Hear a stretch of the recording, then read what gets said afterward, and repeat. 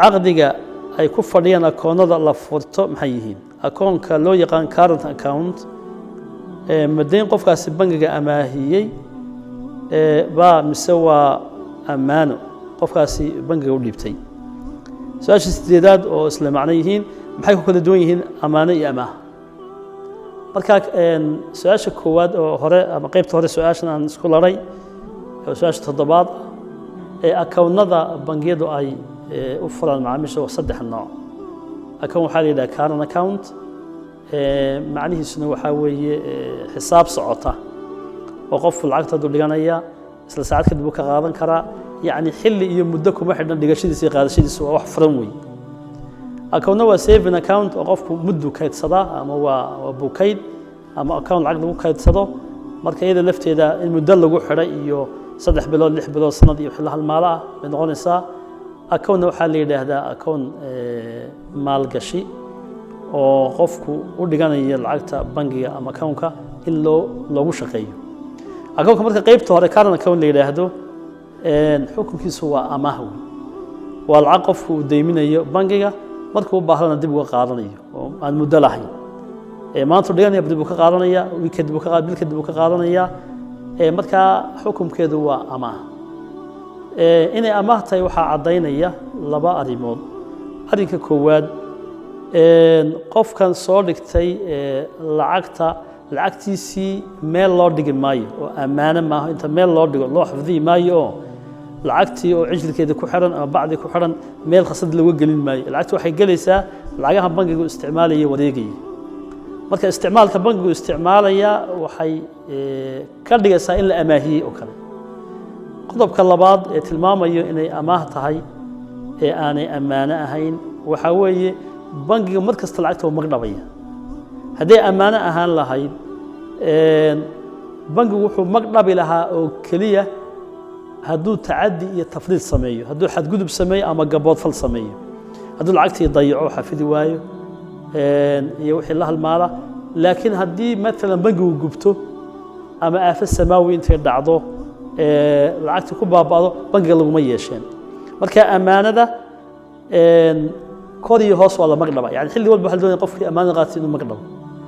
aan ilaahdo cafwan amaahda qofku markasta uu magdhaba laakiin amaanada waxaa la magdhaba haddii qofku gaboodfal sameeyo xadgudub sameeyo marka lacagtan la dhigto akoonnada current account-ka ah xilli kasta waa la magdhaba oo bangigu ma odhan karo xagee ka baxday taa macnaheedu waxa weeye waa amaah weeye amaano maaha maxay kala duwan yihiin amaah iyo amaano haddaynu ka jawaabno waa labadaa qodob amaahda waa la magdhabaa mar walba amaahda waa la isticmaali karaa amaanada lama isticmaali karo qofka meel loo dhigo wixiisii iyo sidoodii amaanada waxa ciddii amaanada loo dhibay magdhabaysaa oo keliya hadday xadgudub samayso oo maalan lacagtii isticmaasho ama hadday dayac samayso oo meel aan xafidnayn amaanada ay dhigto marka current account macnihiisu waxa weeye waa amaah xukunkiisu akoonnada kale saving account-ku haddii loola macno sida current account-kana wuxuu noqonayaa amaah buu noqonayaa haddii qofku ugu talagalay saving account-ka in lacagta loogu shaqeeyana account-ka maalgashu wuxuu noqonayaa oo macnihiisu yahay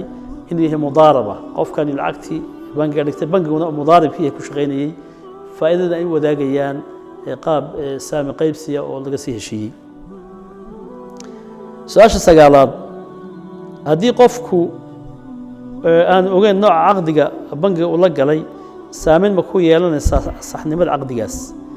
qofkii macmiilka ahaa bangi heshiis buu la galay heshiiskii shuruudiisii iyo noociisii ma yaqaan sida saxda waxa weeye qofku markuu caqdi galay ama bangi hala galay cid kale hala galay in wixii macluum yahay lagu heshiinay ay macluum yihiin oo la yaqaan shuruudoodii iyo heshiiska bunuudiisii ama qodobadiisii inay cad yihiin baa la doonayay haddii aanay caddayn ama labada daraf aanay aqoon u lahayn ama ogeyn saameyn bay ku yeelanaysaa caqdigii ma ansaxayo laakiin waxaa isna meesha ku jira qaacida fiqhiya oo culimadu ay tilmaamaan oo ah almacruuf curfan kalmashruudi shardan cuquudda qaar baa waxay iska leedahay namad macruufa oo la yaqaano maalan current account haddaynu ka sheekeynaynay macaamiishu waxay dhammaan fahamsan yihiin in qofku dhigto lacagta markuu doonana qaadan karo kor iyo hoos laga doonayo lacagta bangiga inuu bixiyo sifada noocaasa waxa iska leh amaahda leh marka curfiga noocaas ee faafsani wuxuu bedel ka noqon karayaa in si cad la isugu sheego oo la yiraahdo lacagta imika oo macmiilow markaad soo dhigato markaad doontaad qaadan kartaa la bixi kartaa haddii lacagtaasi dhunto bangiga lagu leeyahay wixii afka la iska oran lahaa waxa bedel ka noqon karaya curfiga jaariga ee dadka macaamiisha iyo dadka dhamiyooda yaqaanaan marka sida saxda ah waa in qofku marka akoonka furanayo heshiis buu saxiix heshiiska inta badan dhabarkiisa waxa ku qoran shuruudaha ku qoran shuruudahaas marka lagu cadeeyaa sifada akoonka qofku uu furanayo iyo ahkaamta la xiriirda haddii ayaan dhicin qofku oo iska saxiixo isagoo naweyn curfiga caamka ah ee bangiyada lagu socodsiinayo kaas hadii beed mahayo lagu dhaqaya wallahu a'lam